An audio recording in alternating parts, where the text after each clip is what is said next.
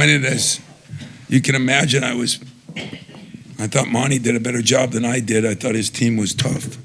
I thought the change he made playing the two bigs was a really good move. I thought looking at his team lately, they've been shooting a lot more threes and things, and they did a much better job of that, in my humble opinion. I told him that.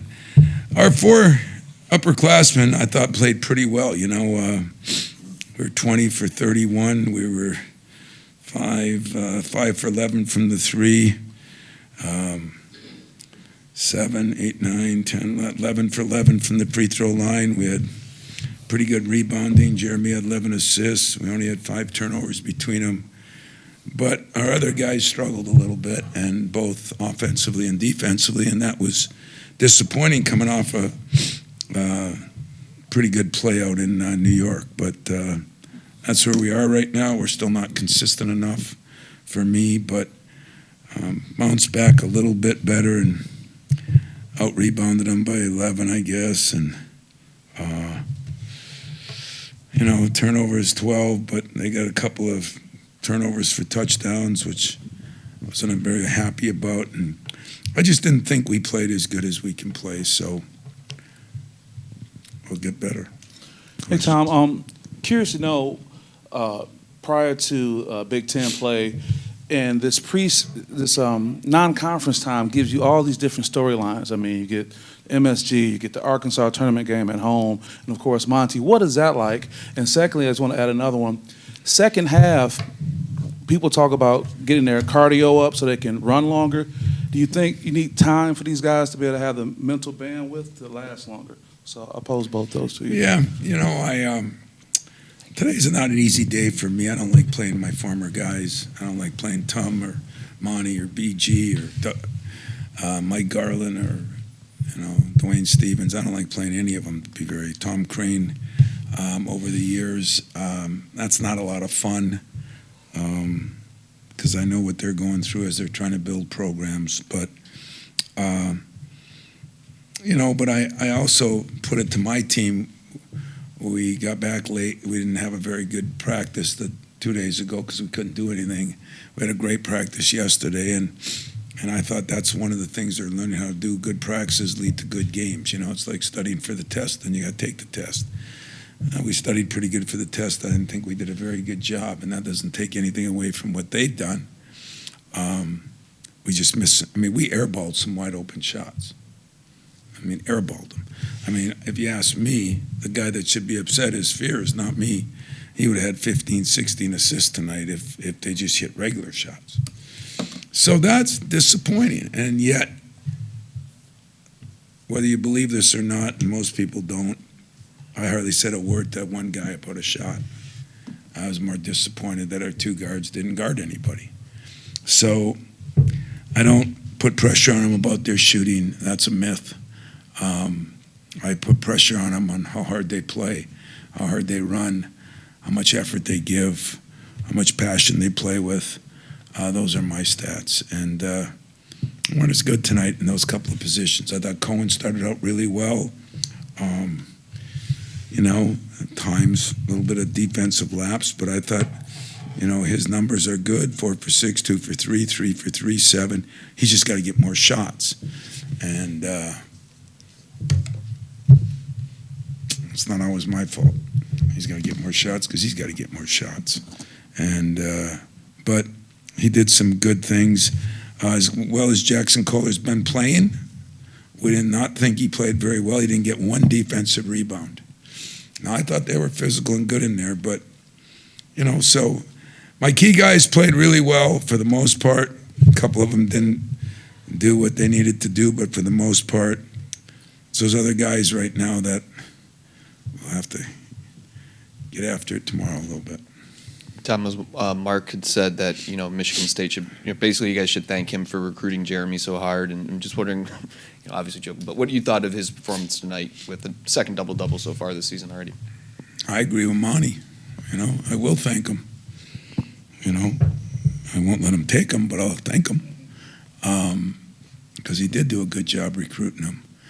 But Jeremy's getting better, you know. Jeremy's getting better. I mean, like I said, Jeremy's a sophomore in his eligibility, but and even though he's a junior that's been here 3 years, he's a sophomore in his play too because of the time he missed. And I think he's just starting to come into his own. And you know, he's still got to get a little better.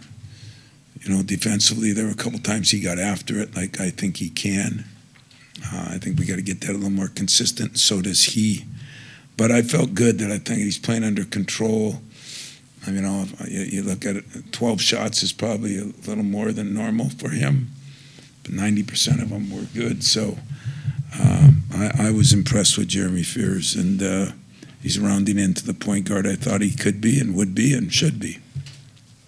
Tom, I wanted to ask you about Cohen. What's the message to him regarding getting more shots while also not being over-aggressive at times? Yeah, I don't think very often he's over-aggressive. That's my opinion. I like Ko to be able to, you know, we're trying to put him in more ball screens and more things where he can do a little bit more. And I don't think our break's been where it was, and he's really exciting on the break, not just because of the lobs, but he can get it and go.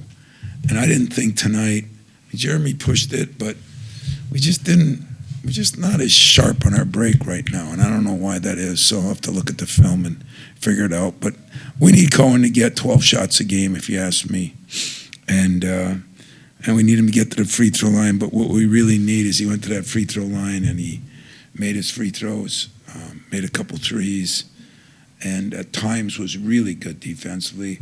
I think he's got to get more consistent on that. Coach, going back to Jeremy for a second, when the other guards are struggling and shooting 4 for 18 from the field, and he has that offensive switch that he flips on, is that the maturity that you're seeing him start to grow into, especially on the offensive end when other players might be struggling throughout the evening? Yeah, you know, I think we can put him in some positions, but our bigs did do a good job kicking it out to him. He had some wide open threes. The best shot he had was the one in the far right corner, and I asked him if there's different kind of. I think he tried to shoot that when it goes in from the bottom. You know, Saudi said that looked like a dart. You know, but other than that, I thought he shot the ball really well. Even a couple shots he missed, but he didn't really take over the game. He just played within himself, which to me was really good. So I don't know. I don't think he's a guy that can just take it over, shoot it that way. But he's gotten to be a really good shooter on kickouts. You know, the next phase for him will be now off the dribble. He's getting the mid range. He's getting a lot better off the dribble. And when the whole thing gets better, he's just going to keep rising. And Tom, I was asking, I'm wondering about Jesse. You know, how do you think he handled redshirting last year? You know, kind of going through that process of, you know, knowing you're not going to be able to play during the season. Get some good. He made a couple timely threes against Kentucky. You know, made a couple blocks tonight. How has he developed as a player and a guy you can kind of entrust a bit more? You know, we love Jesse. He's the one guy that communicates. He talks. He really does have a nice looking shot. I thought tonight he got punked a little bit too, which means he's still got to get stronger. You know, we were letting the ball in the post too easy. That was the only thing. I mean, he had 6 rebounds. He had a couple blocks. He had that one move should have been that was a great play with him and Cam. It should have been a dunk, and he kind of went in there a little soft. His dad won't be happy with him on that. But we think that Jesse has made incredible progress from where he was to where he is in 1 year. And he works so hard at it that I see that just getting better and better. Coach, I know you've had a bunch of assistants that have gone on to become head coaches, but there aren't as many players that you were around to coach that are now head coaches. Yeah. Tell us about your relationship with Monty and what makes that one special. You know, it was, I recruited Monty. I mean, he was one of the first big classes. Monty, Pep, Matt Steginga, and that probably got me this job, to be very honest with you. And Monty was the Pied Piper of that recruiting class. He was the one that rallied everybody else. He was very well coached by a guy named Ernie Price. who I think was a great coach, and so it is very difficult, to. But what was rewarding tonight? I was sitting on my bench before the game, and of course Smitty was the first player I ever recruited as an assistant. He's doing the TV, and then I see Kenny Redfield come in, and Tonio, and Deuce, Dwan Wiley, and they're all kind of hugging and kissing, and Monty's there, and I said, how lucky am I that I have a situation that I think most people die for, and so it's pretty neat to get to coach against your former player, former assistant. Now I got a couple of them. Tum Tum and him were former players, former assistants. Dwayne Stevens, former player, former assistant. But it's not fun, but it's pretty cool when you think about it. And so Monty, is he was responsible for a lot of things here. He helped us recruit a lot of good players, and he'll get that thing going. I really believe that. I hope so. Not an easy job, but I think Doug Wojcik scouted this game, and the first thing he said was, "I like the parts. They're just not there yet." And I think that's true. And I think I talked to Monty this morning, and he said he was going to try to get his guys. He felt they were taking bad shots and this and that. I just thought he did a really good job tonight. The final score ended up what it was, but it wasn't really indicative of the whole game. Coach, another game where Coop started out with 2 early fouls, but then responded really well, only 1 after that, finished with 12 points, and was really steady at the 5. Just what were your thoughts on him? Yeah, I thought Coop, and in the locker room too, he was more upset than I was. He told the guys something that I embarrassed to say to you, but I was thinking about it. He had never been 3-0 here in his career. We just take it for granted, and now what are we, 5-0, 4-0, whatever we are.